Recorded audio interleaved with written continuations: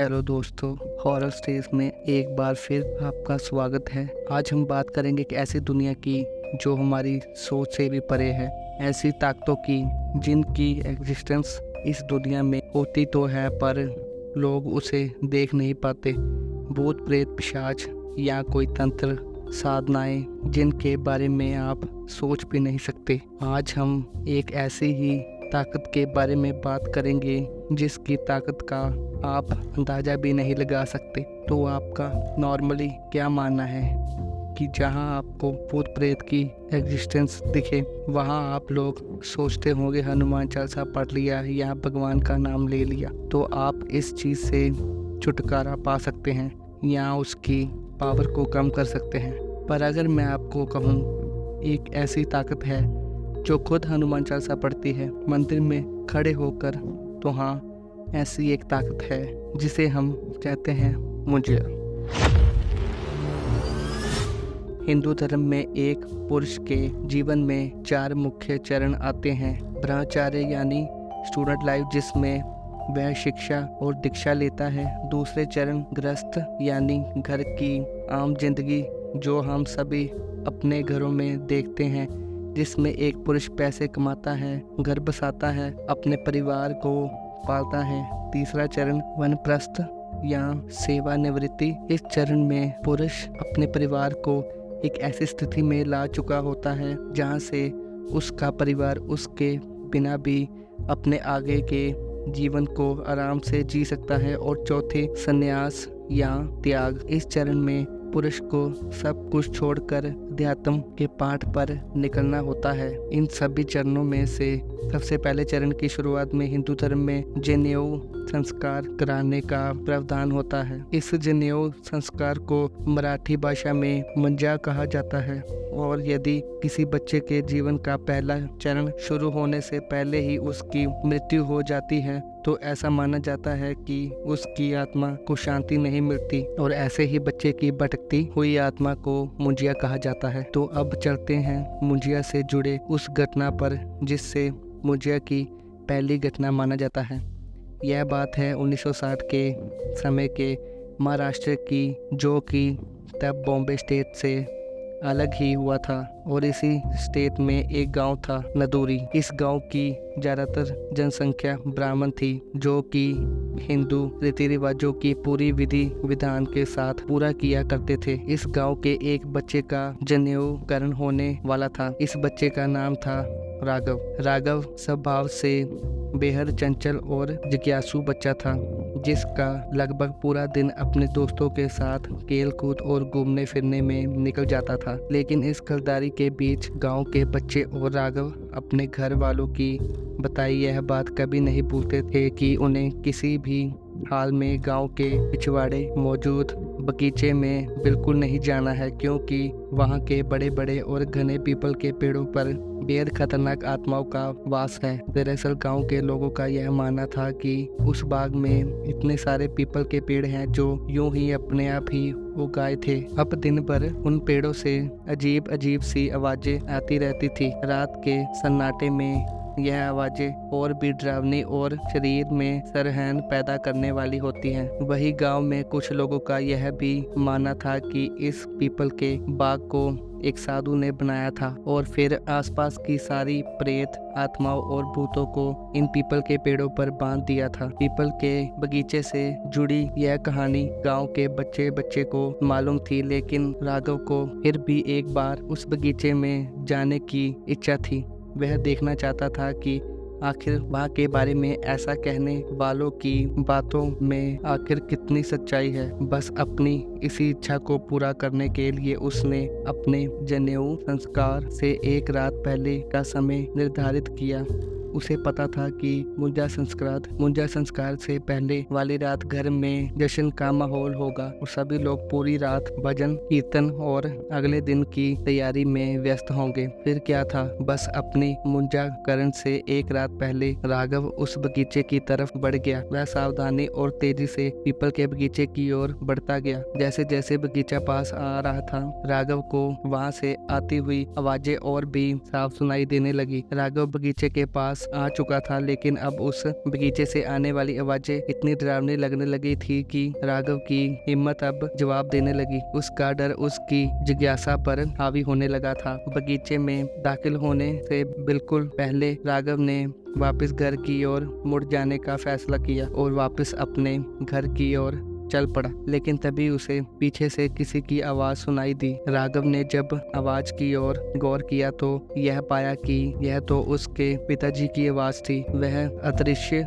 आवाज राघव को पुकार रही थी। इस आवाज में कुछ था जो राघव को वशीभूत किया जा रहा था और राघव एक बार फिर पीपल के बाग की ओर चल पड़ा। अगली सुबह घर वालों को राघव घर में नहीं मिला। एक तरफ मुंजा संस्कार की विधि शुरू होने वाली थी, वहाँ दूसरी ओर राघव का कोई अता पता नहीं था।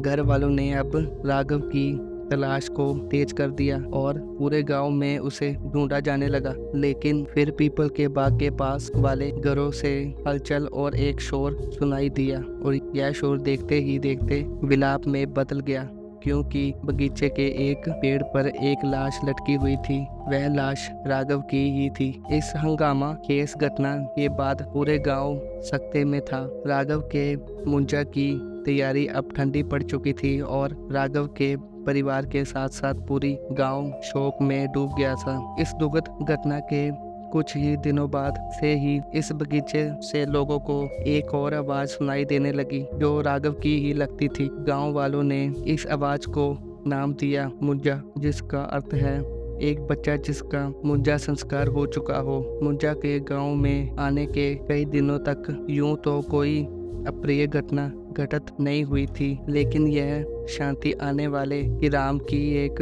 दस्तक थी।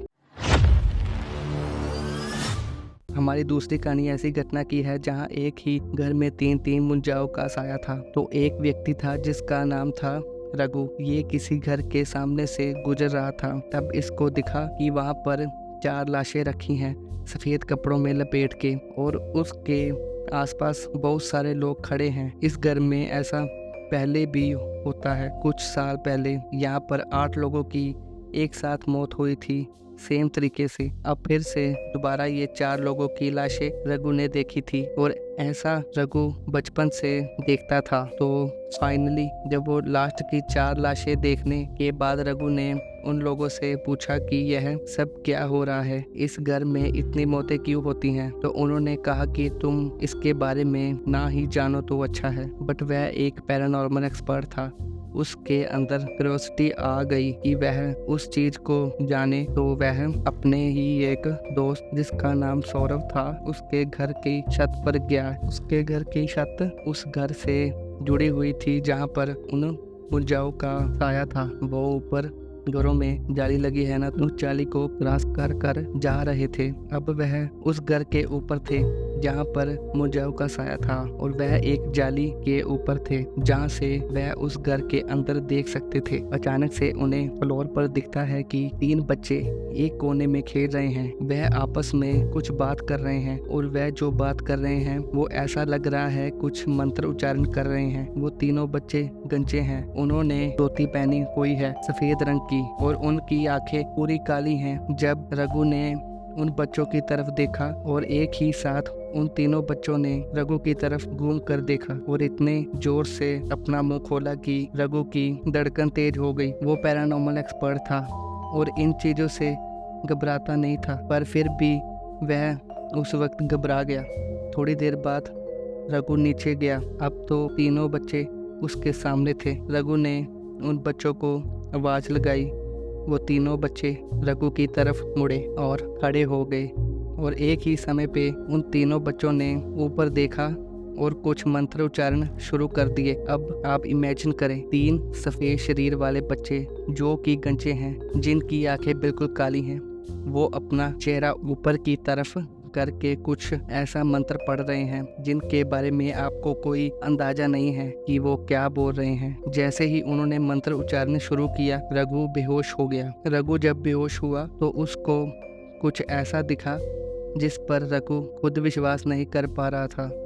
उसने देखा कि वो एक ऐसे कमरे में है जहाँ पर चारों तरफ खून ही खून है और एक कोने में वही 3 बच्चे खड़े हैं। रघु के चारों तरफ ऐसे बच्चों की लाश पड़ी है जो बिल्कुल नवजात हैं और उन बच्चों ने दोबारा रघु की तरफ देखा, एक साथ और मंत्र पढ़ने लगे। रघु फिर से बेहोश हो गया। इस बार जब वह उठा तो वह अपने दोस्त के साथ था जिसका नाम सौरभ था। सौरभ ने बताया कि तुम 1 घंटे से बेहोश पड़े हो और जब तुम बेहोश हुए थे तो तुमको उठाने के लिए 7 लोग लगे। रघु का शरीर इतना भारी हो गया था कि 7 लोग भी उसको उठा नहीं पा रहे थे। आगे चलकर उस घर में रहने के लिए कुछ लोग आए जो कि बहुत ज़्यादा धार्मिक थे, जो उन लोगों ने इन चीज़ों से छुटकारा पाने के लिए घर में एक तंत्र रखवाया जिसमें कि 8 तांत्रिक और एक अघोरी को बुलाया गया और उन लोगों ने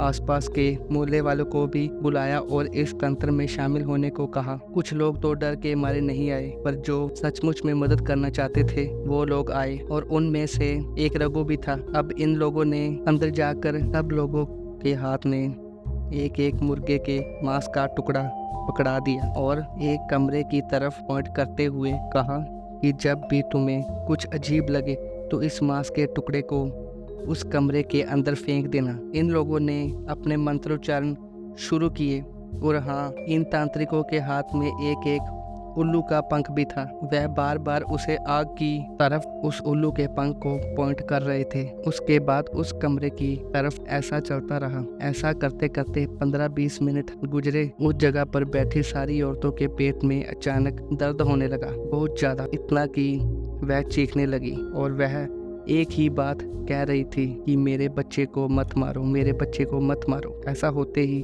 जब इतना अजीब सिनेरियो वहां पर क्रिएट हो गया, इन लोगों ने मांस के टुकड़े वहां कमरे की तरफ फेंक दिए। औरतों का दर्द तो शांत हो गया, पर इन लोगों को ऐसा लगने लगा कि कमरे की चारों तरफ से घुटने की तरफ घुंघरू पहनकर छोटे छोटे बच्चे इनकी तरफ दौड़कर आ रहे हैं और वो आवाज बढ़ती जा रही है। यह सब होने के बाद यह लोग एक मुर्गे को लाए, एक काला मुर्गा, बहुत बड़ा मुर्गा, और इन लोगों ने उस मुर्गे को हरे के सर के ऊपर से घुमाया और आग में जिंदा फेंक दिया। जैसे ही उस मुर्गे को आग में फेंक दिया तो 2 तांत्रिकों की ऑन स्पॉट डेथ हो गई।